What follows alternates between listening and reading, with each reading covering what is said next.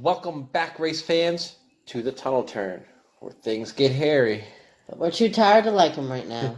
But hey, we're here. Yep, we're here. We're having fun. We're a little tired. We have busy work schedules, but we're here. We're talking to you, giving you our opinions on this race. We're over it. I'm kidding. And it was, it was overall a good race. Not the best race for Bristol. I mean, we only had, 6 cars on the lead lap?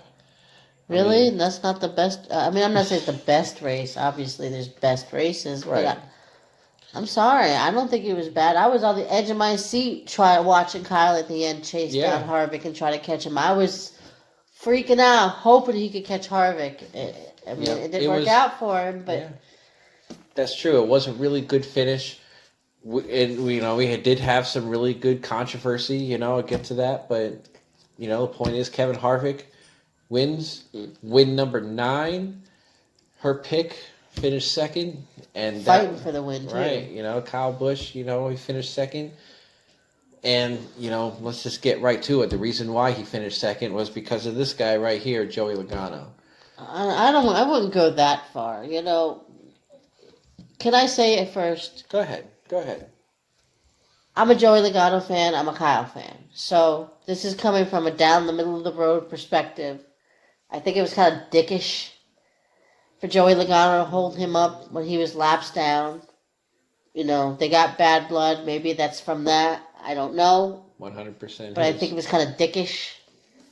But also, at the end of the day, Kyle was obviously bad fast. He was faster than Logano. So at some point, instead of just... I think his stubborn streak got the best of him. His head got the best of him. I think he just followed behind him and just... He had that mentality of, I'm just going to push him out of my way until he moves. And he wasn't going to move. Instead of just chalking it up and going after Harvick and trying to fight him. I mean, he didn't push him, though. That's the whole thing. That's what I'm saying. He just kept staying behind him thinking he's just going to move out of my way at some point, and right, he obviously wasn't. Right, which is very unlike Kyle Busch. I'm surprised Kyle Busch, after the first lap of Logano blocking his line, I'm surprised he didn't just freaking ram him in the back and do the old Bristol bump and run. That's what I was waiting for. You know what I wonder? I wonder if that's, a mix of what's happened this year. Maybe he's lost a little bit of confidence, because the cocky Kyle Busch would have just went up there and, you're out of here. Yeah. But this one, I've said it before as a joke, maybe he lost his mojo. I don't know. He was looking like he had a tank full of mojo all night long at Bristol. I mean, let's just look at how he started. He had race inspection issues, and he had to start at the rear of the field.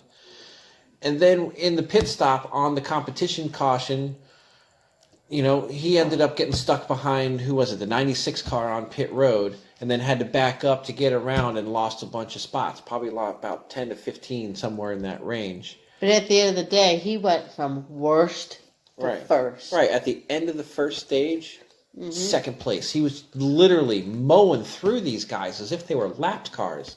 Exactly. The only reason I don't think he won the first stage was won by Chase, he just didn't get there in time. Yeah, he just ran out of time. I mean, he was fast, but he had to pass the whole field, then go back a little bit and pass a bunch of guys over again, and still got to second place. Mm-hmm. He was fast. He dominated the second stage, and by the third stage, Kevin Harvick figured a little something out and was able to run with him. Harvick was running actually a little faster than him. So, I know you don't like Harvick, and I get that. But he was, at one point, obviously he had enough motor to get past Kyle Busch, and then he had enough motor to stay ahead of Kyle Busch. Right. Just enough where he couldn't reach him. Right. He was pulling away from Kyle Busch at one point. But at the end of the race, they were equal. Because Harvick couldn't get away from Busch, and Busch couldn't get away from Harvick when they went back and forth. First Busch passed him in heavy traffic, and then Harvick got him back when Logano blocked him. And I'm going to say he blocked him because, like you said, they don't exactly have the best blood. Those guys don't like each other. And I know people say, how can you possibly be a Kyle Busch fan and a Joey Logano fan? It's possible. They're both good drivers. They're both hard drivers. They're both the same style of drivers, and I respect those kind of drivers. They're not going to let people push them around on the track, and they're going to do what they have to do. That's NASCAR. Not to mention, it's refreshing to see a guy like Joey Logano. When you first watched him come into NASCAR and he started in the 20, you could tell he was picked on a lot. He was just knocked out of the way a lot. Yep. That kid took a lot of shit when he first came into NASCAR. You could tell. Yeah, a little sliced bread. Right, and now it's like he don't take it from nobody, and I like that. Yeah, he grew up and he learned that the only way that you're going to get respect on the racetrack is to go out there and take it. That's the way NASCAR is. That's the way NASCAR has always been, dating back to Dale Earnhardt and Darrell Waltrip and all those other guys. That's the way it was. Right. And it's great, we can actually get some kind of a rivalry going. I think it's a cool thing. And I like both of them, But in this case, Joey Logano, you were one lap down already, going a second lap down. There's no reason to block the leaders. You got to, especially when they're in a tight race like that. Let the leaders race. Get out of the way. I'm sorry. You know what? It could be strategy in the playoffs for all you know. If Kyle Busch wins a race, he's in and you're not, Maybe he just doesn't want to go against Kyle. Maybe he's scared of Kyle Busch, and that was his way of keeping him down. Yeah, it's you never possible. know. It could have been anything. Yeah, because Harvick just having a bigger and bigger lead isn't really going to matter. The way it is, Harvick is going to be in the final four in the last race, no matter what. I think burying it would take a real meteor disaster. shower or something, or a friggin' disaster. Right. I think Harvick's got the championship in the bag. Well, he's got the final four in the bag because it's one race take all. There is no points in the last race. Whoever finishes the highest. And Harvick's won at I was gonna say Homestead, but they're not a Homestead anymore. Phoenix, but I think he's won at Phoenix too. But Keselowski's good there. Kyle Busch is good there if he can get there.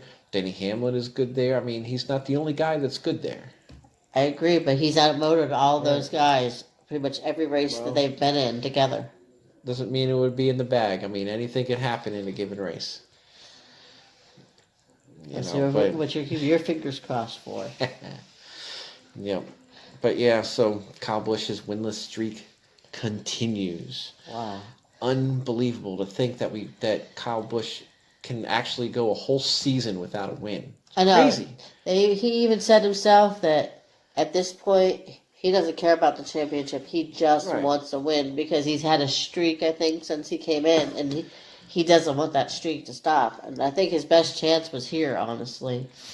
So this was definitely a place that he could get a win. There's more places that he can win that he's good at. He can get Martinsville. Yeah, but this is his track right now. If Jimmy Johnson owns Charlotte, Kyle Busch owns Bristol. I'm sorry, I'll be the first to say it, whether you agree with me or not. You are not wrong about that.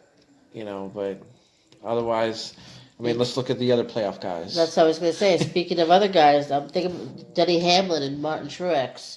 Mm-hmm. What happened here? Are we still PO'd from, last week or something? Yeah, no, these guys are teammates and they're getting into it with each other. But in the grand scheme of things... I know, they're just killing their playoff chances for stupidity, to me. In the grand scheme of things, they weren't losing out. They were still advancing without a problem. Yeah, while Harvick's collecting points and running away with it. All you need is top four, really. Really. The guys that fell out of this round, because this is the cutoff race, Cole Custer, he probably wasn't going to get far. That was our prediction. But if you would have told me Cole Custer makes the playoffs, I'd have said that he must have a good year. That's a good year for him. Yeah. Another one, William Byron. Yeah. We went back and forth with him on our playoff brackets between him and Alex Bowman, and we both left out Alex Bowman because... Yep. Byron was doing so good. I just feel bad to see this kid out of the playoffs. Yeah. So we'll eat that crow. We got that one wrong. Hey, it is what it is. It's racing. He was in a good spot to be in. He had a fast car up there, but he ran into the back of somebody and he hit the radiator. And since he was the caution, and once you go down pit road because of a wreck, That's it. You are officially out. That is the rules. You cannot fix it. You're done. I know, it's the wrong time to make a mistake like that. Whether it was the guy in front of him or him, it was just the wrong time for a mistake like that. And it's really sad to see this kid go after. It seemed like he was finally finding his stride. Yeah, it cost him big time. Yep. You know, Blaney and DiBenedetto, we kind of knew before this race started, and like we said, they're just way too far back. They need a win, and that's it. But they weren't fast enough to get a win. They weren't even close. You know, it was Kyle and Harvick all day. Or it was Kyle most of the day. Harvick got his car together at the end of the day. Wow, I was so into the top 2 race, and I didn't even know what the rest of the 10 was. Holy moly. Yeah, there's some surprises in the top like 10 Priest for sure. And Busher was in there. Holy moly. Mm-hmm. For sure. And McDowell. Yeah, you know, like I said, we had some surprises up there. Tyler Reddick in the top 5. You know, that's good for him. I know, a little late, but pretty good. Yeah. All right, so advancing on. Obviously, we have Harvick with a buttload of points and Hamlin also with not quite as much of a buttload. You know, he's going to be tough to beat, I'm telling you. I mean, you can see the difference in points from the first half to the second half. That things get a little, you know, from Bowman on down. You know, Bowman, Dillon, Almirola, Busch, Boyer, Busch. You know, these guys are real close, and these guys are going to be racing to make the 8. Because once you get in the 8, that's when you start racing for 4. So, yeah, Boyer ekes his way through. Yep, Boyer was very fortunate. He ain't going to be in the next one. Yeah. You know, because before Byron got knocked out, Boyer was in position to fall out. Yeah. You know, I'm not saying that it would have stayed that way because he did finish 6th, you know. Still, he ain't going to be in the top 4. No. There's no way. I'm sorry. I would put money on the fact that Clint Boyer will not be in the top 4. I'll put money that he's not getting out of this round. Yeah. Money, because Vegas and Dega and the Roval, no. By the time he gets to the Roval, he's going to be way too far back. He ain't going to have a prayer. Oh, yeah. You don't have a prayer right now. Not a prayer. You know, pack your bags and go home. Yeah, the Busch brothers, though, the Busch brothers are, I mean, right now, they're on the outside looking in to start. I mean, if Kyle Busch got that win, he could have another 5 points and be next to Bowman. Man, can you imagine if we're going into the Charlotte Roval and the 2 Busch brothers are fighting for that last point or that last spot? That will be something. Man, I'm just so ready to get to this next round. It just sucks that we got to go through Vegas first. We got to deal with Vegas first. Can we call it the Battle of the Busch when we get there? Yeah, we could definitely do that. But man, Vegas, I'm not crazy about. But Dega and the Roval, man, I'm ready to get to those 2 races. So let's hurry up. Logano won Vegas. Yeah, Logano did win Vegas. So as controversial as he was this week, he's got an opportunity to win this week. You know, it makes you wonder. Kyle Busch is going to make for a little redemption at this race. Wouldn't that be something? That'll be some good shit right there. If he's smart, he'll take him out of Dega. Nobody would know the wiser. Yeah, but Dega, man. Dega's Dega. That's all we can say. Yeah, the problem with Dega is if you take him out of Dega, you take everybody with you. Including yourself, maybe. So that's why it's hard to do that. You'll get him, Kyle. Yep, that's for sure. So we're getting there. But first, like we said, we got Las Vegas. We'll see what happens. You know, it's an intermediate track, and this is the package that Harvick and Hamlin with the high downforce, they just got it figured out. And it's going to be one of those. It's going to be those 2 guys up front, no doubt about it. Maybe Truex might sneak his way up there. You know, there'll always be a random other guy. Mm-hmm. But them 2. I mean, overall, at the end of the day, for a cutoff race, it wasn't the most exciting one I've seen. Good finish, but as far as the bubbles, the bubbler was decided the minute Byron blew. I don't think nothing will ever beat that one. I think it was Richmond. It might have been Charlotte, but I'm not sure. But it was that year that everybody was going after Keselowski because they were so pissed off at him. Yeah. I mean, even Matt Kenseth, Mr. Robot Man, Matt Kenseth, was running down the haulers after him. It was so funny. Mm-hmm. Keselowski is definitely, you know, he's got some people upset a little bit too, you know. Yeah, but that would be Keselowski if you didn't. Yeah, that's just a sign of good hard racing. When you race hard, sometimes people aren't going to be happy. They love you or hate you, Yep. as long as they're making noise. But that's the NASCAR we love. That's exciting. It's awesome. And we shouldn't be frowning rivalries. We shouldn't. We should embrace the rivalries. We should be loving it. Yeah, definitely. Right, because it's good that a lot of the talk is centered around what's happening on the track instead of a lot of the BS that's happening off the track that the whole sports world, for that matter, it seems to be all about. Exactly. BS off the track. Right. When you tune into the race, you don't want to be thinking anything but that track. Mm-hmm. So it's good that we're having a good in-race controversy to talk about, get people hyped up, keep on racing, get the ratings up. Let's go. I may say one thing real quick before we go. Rutledge Wood's mask. What the hell? If somebody could explain that to me, because I don't get it. Maybe he was just trying to copy when Denny Hamlin had his own face on his mask. Yeah, when but he was in Victory Denny Lane. Hamlin's was funny. His is obnoxious. Right, it's too big. The mouth is bigger. It's just maybe that's what he was Oh, going for. maybe that's what he's going for. He does have a big mouth, literally. Yep, that was funny. But all right, I think we're done. Right? Is that about cover it? Yeah. Got anything else? Yes, in a couple weeks is our 15-year wedding anniversary. 15 years. And we're probably going to take the week off of Tunnel Turn. Surprise! Mm-hmm.